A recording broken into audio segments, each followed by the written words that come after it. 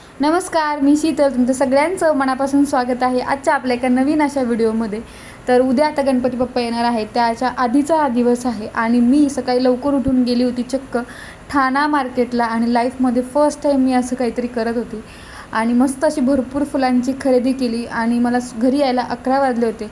आणि तोपर्यंत इकडे आहोंनी डेकोरेशन करायला सुरुवात केली होती. म्हणजे आदल्या दिवशीच त्यांनी, म्हणजे हरतालिकेच्याही आदल्या दिवशी त्यांनी मस्त असं सेटअप वगैरे रेडी करून घेतला होता आणि मग दुसऱ्या दिवशी त्याला जे काही लावायचं होतं ते सगळं लावायला सुरुवात केलेली. आणि मी यांना इथे आल्यानंतर दाखवत होती की मला इतकं पैशाला हे मिळालं आणि हे मी विकत घेतलं वगैरे, असं सगळं आमचं चालू होतं. आणि फुलं थोडीशी भिजलेली होती ना, म्हणून मग मी थोडीशी फॅनच्या हवेला सुकायला ठेवली आणि मग नंतर डब्यांमध्ये भरून ठेवली, म्हणजे 5-6 दिवस छान टिकून राहते. त्यानंतर अशा दुर्वा ज्या होत्या त्या साफ करून त्यांच्याशी जुडी तयार केली. त्यानंतर जे काही पत्री आणल्या होत्या त्या ज्या उद्या पूजेसाठी लागणार होत्या, त्यातले जे काही खराब आहे, जे नको आहे, ते सगळं साईडला काढलं आणि छान व्यवस्थित अशा पत्रींची सुद्धा जुड्या करून ठेवल्या.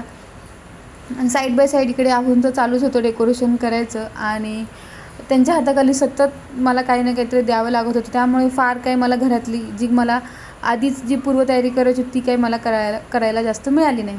आता हा टायमिंग आहे रात्रीच्या 12:30 वाजताचा आणि मग फायनली सगळं डेकोरेशन संपलं.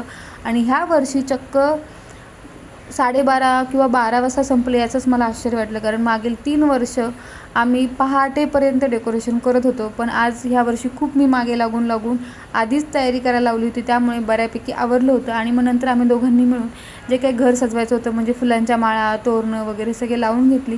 आणि मग हा दिवस आहे दुसरा, ज्या दिवशी गणपती बाप्पा येणार होते. मग रात्रीच्या 3 तासांच्या झोपेनंतर मी 5 वाजता उठून जी काही माझ्यामध्ये एनर्जी होती ती खतरनाक होती. आणि मग त्या एनर्जीने मी कामांना सुरुवात केली. तर सगळ्यात पहिलं घर स्वच्छ झाडून घेतलं, बाहेरचं सगळं झाडून घेतलं आणि मग फ्रेश होऊन मस्त अशी देवपूजेसाठीची जी काही भांडी लागणार होती सगळी घासून घेतली. आणि आता ही सगळी पुसून ठेवत आहे, म्हणजे याच्यावरती कोणते डाग नको पडायला आणि लवकर भांडी काळीसुद्धा नको पडायला. आणि मग त्यानंतर देवपूजा केली. आणि तुम्हाला एका गोष्टीसाठी मला सॉरी बोलायचं आहे, ते म्हणजे की हा व्हिडिओ खूप लेट येत आहे. जवळजवळ विसर्जनाच्या दिवशी हा व्हिडिओ मी अपलोड करणार आहे आणि तो तुम्ही बघावा. आणि तुम्हाला आवडला तर व्हिडिओला जरूर लाईक करा, शेअर करा आणि चॅनलवरती नवीन असेल तर चॅनल नक्की सबस्क्राईब करा. आणि मला ह्या खरंच 6-7 दिवसांमध्ये अजिबात वेळ मिळाला नाही, त्यामुळे मला थोडंसं व्हिडिओ अपलोड करायला लेट झालेला आहे. पण असो, तुम्ही नक्की तो एन्जॉय कराल अशी मला आशा आहे. आणि मग ते काम झाल्यानंतर म्हटलं दरवाजासुद्धा एकदा पुसून घेऊयात, कारण इथूनच आपले बाप्पा येणार आहेत. मग सगळं घर स्वच्छ पुसून वगैरे घेऊन नंतर लगेचच मी माझी स्वतःची मस्त अशी तयारी केलेली आहे. आणि बघू शकता असा छान पारंपरिक लूक केला. आहोसुद्धा तयार झाले आणि मग आम्ही निघालो गणपती बाप्पा आणण्यासाठी.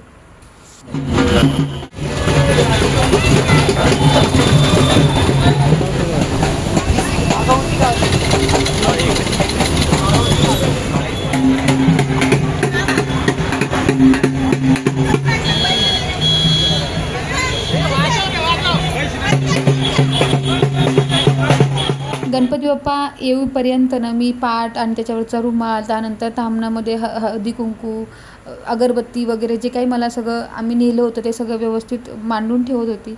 आणि आता खरंच खूप एक्सायटेड होते की फायनली आता बाप्पा आलेले आहेत.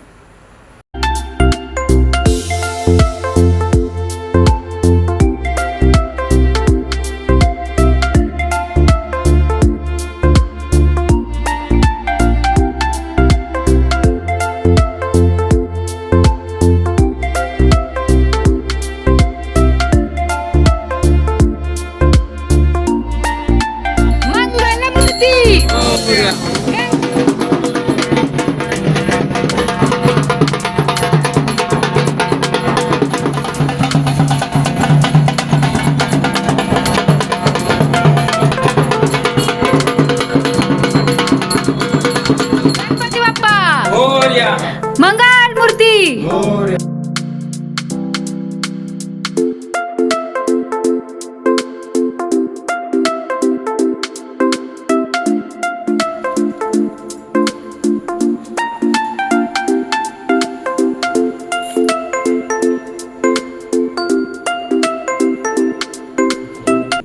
गणपती बाप्पा मोरया, मंगलमूर्ती मोरया. फायनली त्यांच्यासाठी जे काही आसन बनवलं होतं त्याच्यावरती मस्त असे गणपती बाप्पा आता विराजमान होणार आहेत.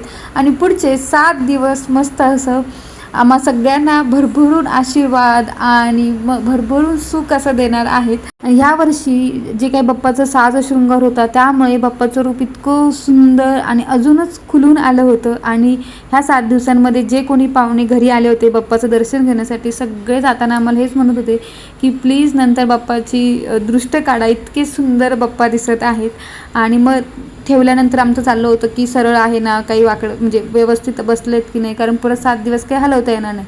त्यानंतर प्राणप्रतिष्ठापना केली.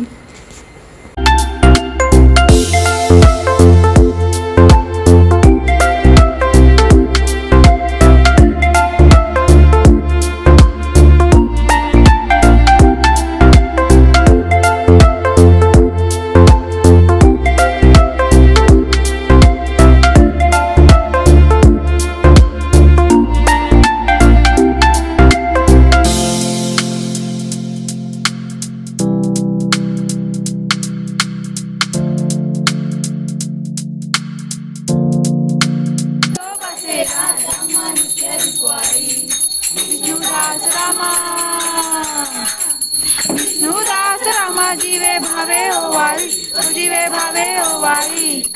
एई ओ विठ्ठले माझे माऊली रे, एई ओ विठ्ठले माझे माऊली. विठुरायाची पंढरी धनी मलाही दाखवाना, विठुरायाची पंढरी रांधतो श्रीहरी.